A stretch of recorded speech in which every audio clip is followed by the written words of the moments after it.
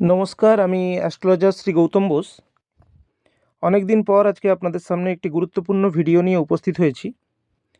এই ভিডিওটি আশা করি আপনাদের সকলের উপকারে লাগবে। ভিডিওতে বলা উপায়গুলো আপনারা নিজেরা করে দেখবেন, অবশ্যই উপকার পাবেন। কারো কোনো প্রশ্ন থাকলে কমেন্টে আমাকে অবশ্যই জানাবেন। দেখবেন আপনারা জন্মছক আপনাদের প্রত্যেকের যাদের রয়েছে, যারা বিচার করাতে গেছেন কোনো অ্যাস্ট্রোলজারের কাছে, উনি হয়তো বলেছেন যে আপনার এই গ্রহটি নিচস্থ, কারো রবি নিচস্থ, কারো বৃহস্পতি নিচস্থ, কারো চন্দ্র, কারো মঙ্গল, বুধ নিচস্থ রয়েছে। এবারে নিচস্থ গ্রহ প্রত্যেকেরই কম বেশি থাকে।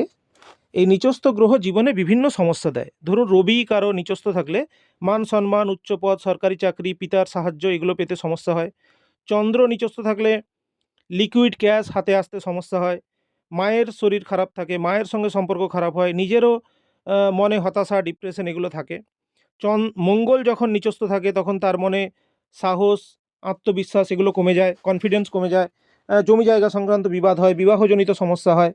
বুধ নিচস্থ থাকলে সঠিক সময় সঠিক সিদ্ধান্ত নিতে সমস্যা হয়, মানুষ কনফিউজ হয়ে পড়ে এবং প্রাইভেট জগতে বা কর্পোরেট জগতে বা আইন নিয়ে বা ম্যানেজমেন্ট লাইনে তার যোগ্যতা থাকা সত্ত্বেও উন্নতি করতে পারে না, বুদ্ধি কাজ করে না, গণিতে কাঁচা হয়, এরকম দেখা যায়।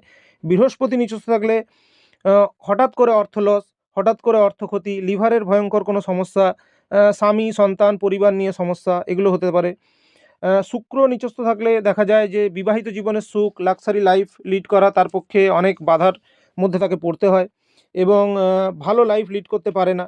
শনি নিচস্থ থাকলে দেখা যায় যে ভালো স্থায়ী চাকরি হচ্ছে না, জীবনে বারবার বাধার সম্মুখীন হচ্ছে এবং একাধিকবার পায়ে চোট আঘাত লাগা, বাধা জীবনে একের পর এক চলে আসা, শুভ কাজে বাধা এগুলো হয়।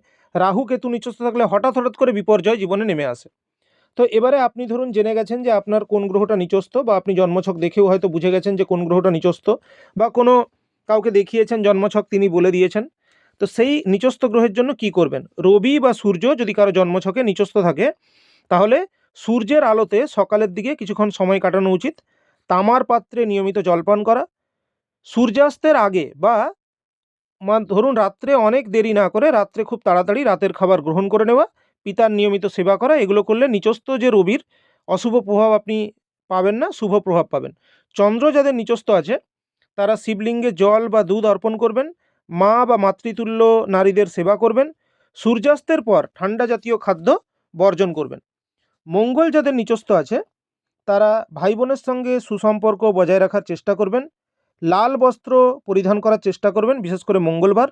হনুমান চল্লিশা পাঠ করবেন, মসুর ডাল, লাল বস্ত্র, তামার দ্রব্য আপনার সামর্থ্য মতো দান করার চেষ্টা করবেন।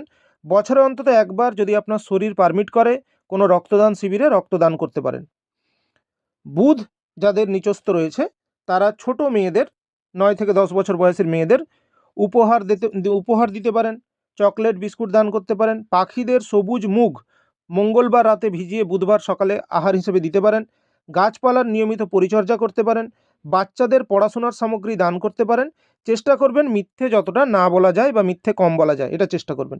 বৃহস্পতি যদি নিচস্থ থাকে তাহলে গুরুজন বা শিক্ষকদের সম্মান করবেন। হলুদ রঙের ব্যবহার জীবনে বেশি করে করবেন। কপালে কেশর বা হলুদের টিকা রোজ দেবেন স্নানের পর। বৃহস্পতিবার কোনো মন্দিরে গিয়ে হলুদ রঙের জিনিস দান করবেন, সেটা কলা হতে পারে, সেটা ছোলার ডাল হতে পারে, সেটা কোনো রকম হলুদ রঙের যে কোনো বস্ত্র হতে পারে। বছরে একবার আপনার গুরু যদি কেউ থাকেন তাকে হলুদ বস্ত্র দান করবেন। শুক্র যদি নিচস্থ থাকে চেষ্টা করবেন মহিলাদের সম্মান প্রদর্শন করা, নিজ স্ত্রীর সঙ্গে, নিজ প্রেমিকার সঙ্গে ভালো সম্পর্ক বজায় রাখা, তাকে অপমান না করা। মহিলাদের মানে ধরুন সৌভাগ্যবতী মহিলাদের মানে যারা মানে বিবাহিত মহিলাদের প্রসাধনী দ্রব্য, সাজের জিনিসপত্র শুক্রবার দেখে দান করা বা সাদা মিষ্টি শুক্রবার দান করা। নিজে সর্বদা পরিষ্কার পরিচ্ছন্ন থাকা, গোলাপ জল দিয়ে স্নানও করা যেতে পারে শুক্রবার, বা দই দ্বারা স্নানও করা যেতে পারে। মিষ্টি বা হালকা সুগন্ধি কোনো দ্রব্য শরীরে ব্যবহার করা, ইস্ত্রি করা জামাকাপড় পরলে শুক্র গ্রহ কিন্তু ভালো ফল দেয়। নিচস্থ শুক্রের জন্য এগুলো করা উচিত। শনি যখনই জন্মছকে নিজস্থ হয়ে যায়, বিভিন্ন বাধা দেয়, তার থেকে মুক্তি পাওয়ার জন্য আপনারা আপনার থেকে যারা যে কোনো অংশে দুর্বল, শারীরিক দিক থেকে, আর্থিক দিক থেকে যারা দুর্বল, তাদেরকে সামর্থ্য অনুযায়ী সাহায্য করা, শ্রমিক শ্রেণীর মানুষদেরকে সাহায্য করা, দুর্বল মানুষদেরকে। শনি মন্দিরে কালো তিল, সর্ষের তেল শনিবার দান করা। লোহার দ্রব্য, ছাতা, জুতো এগুলো গরিবদের, অসহায়দের দান করা। শনিবার নিরামিষ আহার করা, এগুলো করা যেতে পারে। রাহু নিচস্থ থাকলে সাফাই কর্মচারীদের শনিবার কিছু দান করা, বাড়িতে অপ্রয়োজনীয় বা খারাপ হয়ে যাওয়া ইলেকট্রনিক জিনিসপত্র জমিয়ে না রাখা, বাড়ির ছাদ পরিষ্কার পরিচ্ছন্ন রাখা, মন্দিরে বা পাবলিক টয়লেটে বছরে একবার কোনো কালো ফিনাইল দান করে আসা। কেতু নিচস্থ থাকলে নিয়মিত কুকুরদের আহার দেওয়া, গণেশজির পুজো করা, সাধু সন্ন্যাসী এদেরকে দেখলে সামর্থ্য মতো কিছু দান করা। এইগুলো যদি আপনারা করতে পারেন, আপনাদের জীবনের বহু সমস্যা সমাধান হবে এবং আপনারা জীবনে এগিয়ে যেতে পারবেন। যদি আমার এই ভিডিওটি আপনাদের কার্যকরী মনে হয়, আপনাদের উপকারে লাগে, আপনারা করে যদি উপকার পান, অবশ্যই ভিডিওটি অনেক অনেক মানুষের কাছে শেয়ার করে দেবেন।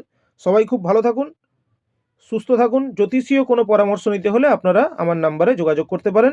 সবাই ভালো থাকুন, অনেক অনেক ধন্যবাদ।